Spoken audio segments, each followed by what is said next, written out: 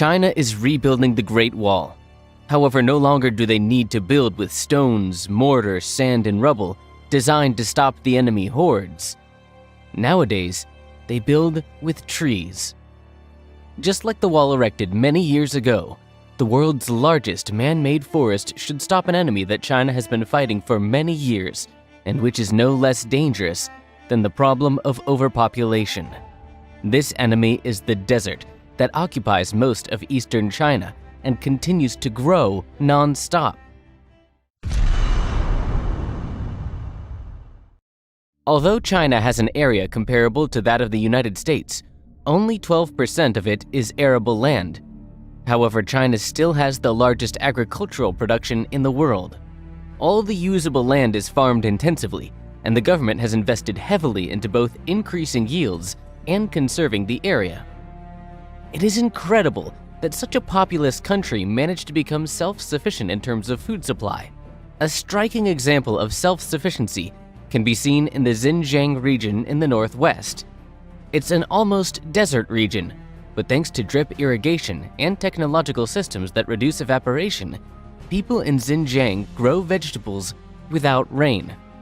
What's the result? Tomatoes, garlic, onions, watermelons, melons, and much more have received international recognition and can compete in taste with fruits grown in southern Italy. Since every hectare of land is essential, desertification has become a real problem, and due to its high rate of spread, is considerably one of China's major environmental issues. And these sandy lands, currently covering up to 27% of the country's territory, are growing rapidly. By 2006, they were devouring usable land at a rate of nearly 1,000 square miles a year, up from 600 square miles in the 1950s. The most insidious enemy is the Gobi Desert. It extends over 386,102 square miles across China and Mongolia, and is one of the driest deserts on Earth. Sand and dust regularly flood farms and villages, blocking roads and railways.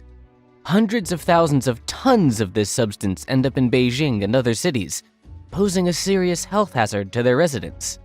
Researchers estimate that desertification costs the Chinese economy billions of dollars a year.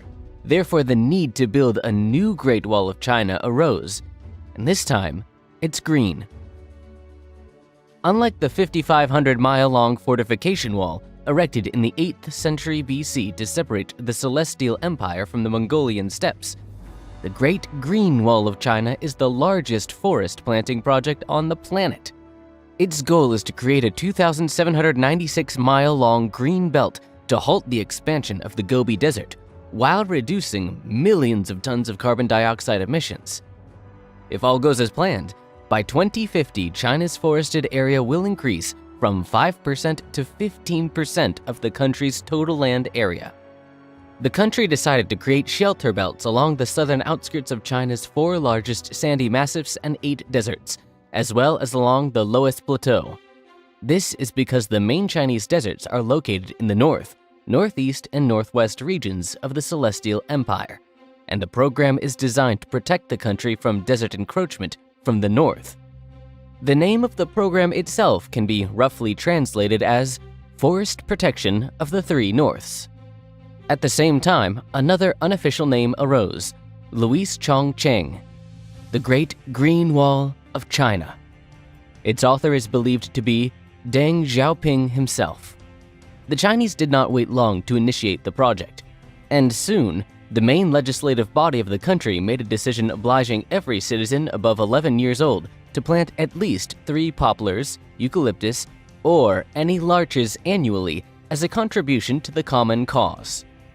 Villagers are paid for planting seedlings, and in some places, the government leases private land for planting forests. Entrepreneurs grow and sell seedlings and harvest mature trees for lumber.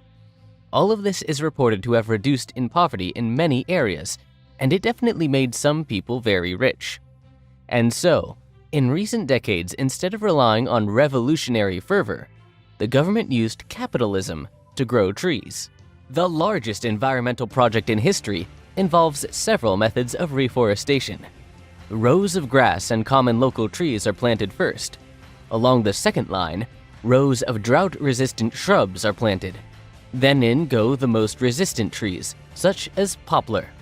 Different teams are hired to plant them, and seeds are scattered from planes. Not only are professionals and volunteers involved in planting trees, but also Chinese officials, including ministers. In total, more than 500 million people partake in this noble event every year, while the number of planted trees reaches billions. At this time, the project aims to plant 100 billion trees by 2050. Obviously, new technologies made their own contribution. The Chinese now have an opportunity to plant trees not only in person, but using online platforms. Donations are collected on authorized sites, which are then used for planting. Within the past 50 years, since the beginning of reforestation, the desert finally stopped advancing.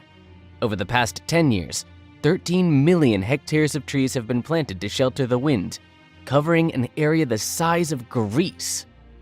Although the plan has not yet been completed, the forest area in the north has increased from 5% to 13.5%, an area the size of Western Europe. Thus, the Chinese were able to save the land from the desert, which stretches along a distance equal in size to Italy. In the areas where the very first trees were planted, the forest has now grown and the amount of rainfall has increased. Thanks to plants, the soil can retain rainwater, and the streams have increased their runoff. Wherever the land used to be dry and barren, there are now natural parks, such as the Saihanba National Forest Park, the main attraction in northern China. The project has its critics, though. Their main attacks are directed against the practice of monoculture. In most cases, only one species of tree was planted, which makes forests vulnerable to epidemics. Plant diseases have, in fact, destroyed many trees. In 2008, 1/5 of the trees perished, and in the winter, hurricanes destroyed 10% of that year's work. The World Bank urged China to strive for quality of tree species, not quantity. A few years ago, a kind of forest scandal erupted. It is known that large Chinese cities, including Beijing, face the problem of smog, which is getting worse every year despite the government's best efforts. The wind blows the smog out of the cities, but in recent years this happens more rarely. It has been suggested that the free movement of air has been impeded by these new forest plantings, and because of them, the air in the cities stagnates and cannot be cleaned. Zhang Yongli, the deputy head of the State Forestry Administration of the People's Republic of China, was even forced to specifically refute this statement. According to him, trees can restrain air movement only at the very surface of the land. In any case, they have more benefits than drawbacks, including their role in the fight against smog. This may not be a perfect plan, but we cannot forget that China has recently planted more trees than the rest of the world combined. China's Great Green Wall is today the largest man-made forest on Earth.